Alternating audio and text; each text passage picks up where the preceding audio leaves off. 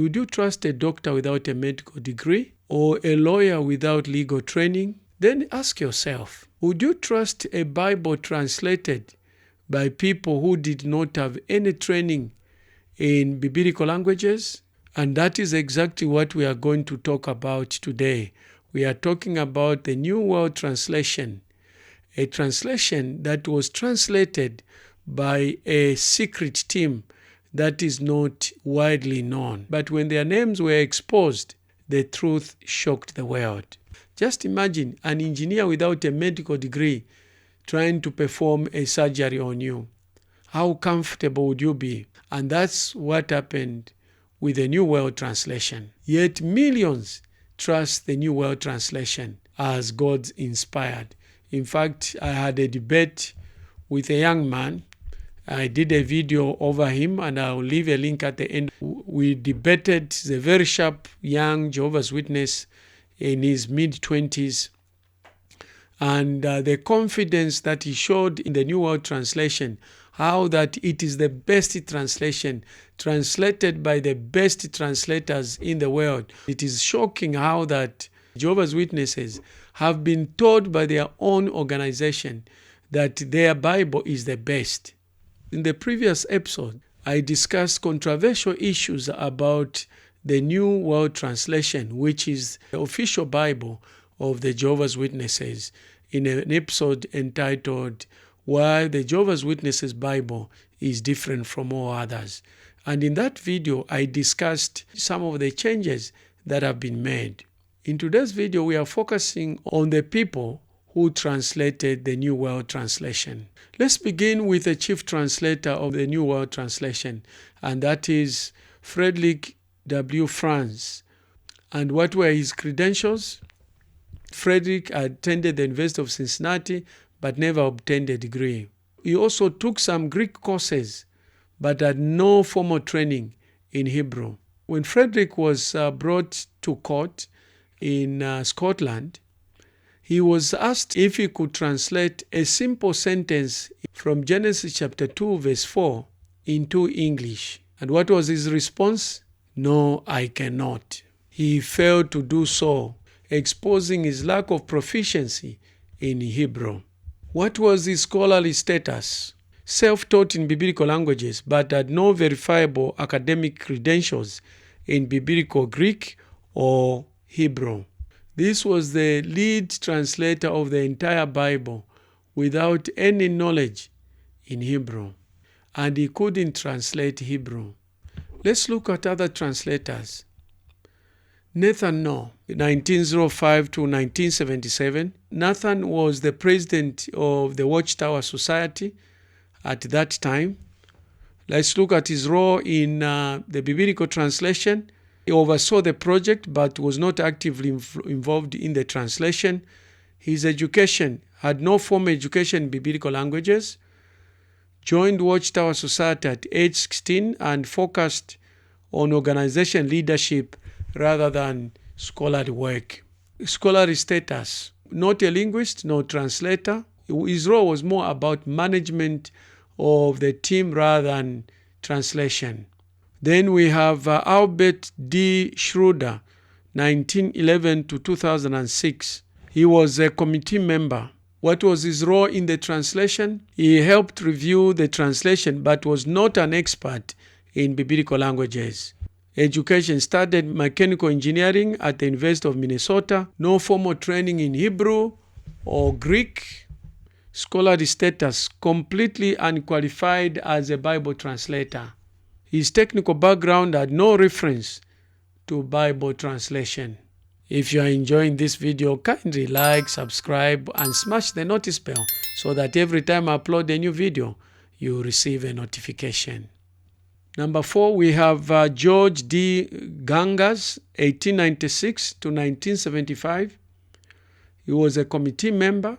Role in translation: assisted with Greek translation, not because of scholarly expertise, but because he was a native Greek speaker. Education: no formal education in biblical Greek, did not study Hebrew or textual criticism. Scholarly status: although he spoke modern Greek, he had no background in Koine Greek, the Greek of the New Testament. Being a native speaker does not equate to scholarly expertise in Greek. The fifth member of the translation team was Milton G. Henscher, 1920 to 2003. Raw in translation, part of the team, but with no direct contribution to actual translation. Education, no academic background in biblical languages, more involved in organization leadership within the Watchtower Society. Scholarly status, no qualification in biblical languages. His role was primarily administrative rather than linguistic. So why is this translation so controversial? Now, like major Bible translations, KJV, NIV, ESV, NASB, which were created by teams of trained linguists and scholars, the New World Translation was translated by individuals without degrees in biblical languages. Most of the translation, if not all the translations, there is a team of translators that is included, indicating the people who translated the Bible and their qualifications. If it was an individual translator, they also indicate what his qualifications were. So the most credible and notable translations were actually translated by a team of renowned Bible scholars with knowledge in biblical languages. And when the Jehovah's Witnesses were asked about why the people who translated their version did not have any biblical languages, what was their response? They answered, "We do not need degrees. Formal education is not necessary because God guided our translation."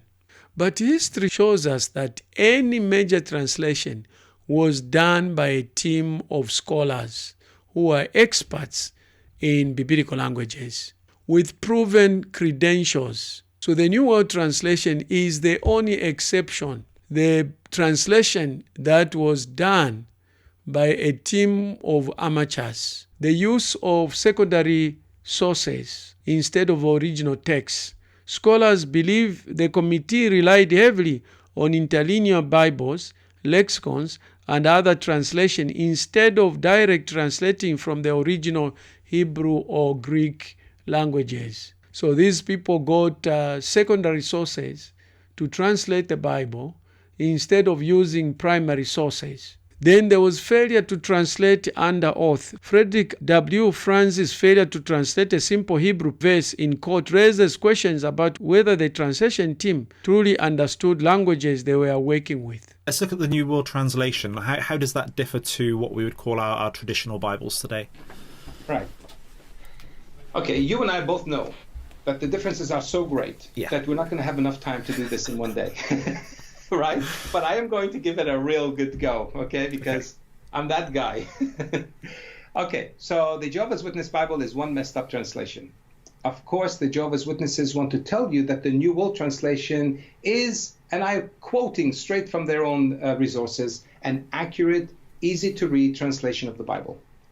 But what most people don't realize is that the 4 of the 5 men on the translation committee who were involved in producing the complete 1961 edition had no Hebrew or Greek training whatsoever. Not a good start. Right. In fact, the 5th guy who claimed to know both languages, whose name is Fred W. Franz, failed a simple Hebrew test while under oath in a Scottish court. Now, I've got the script in front of me. I don't know if I've got enough time to get through this. I got the script in front of me. The script itself is funny. Where one moment he claims he knows and the next moment he denies. In fact, one of the JW New Testament translators called Johannes Gerber turned out to be an occultic spiritist and claimed spirits helped him to translate the New Testament. That's not good. Well, I believe him. It's not good at all, right? Now, the Watchtower knew this, that he was a spiritist since 1956 and still used him. I mean, would you trust a Bible translation that was translated by a person like that? No.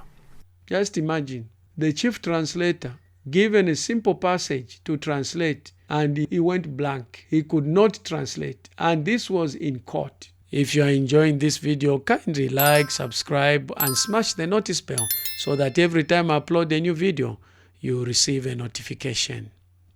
Then, biased translation choices.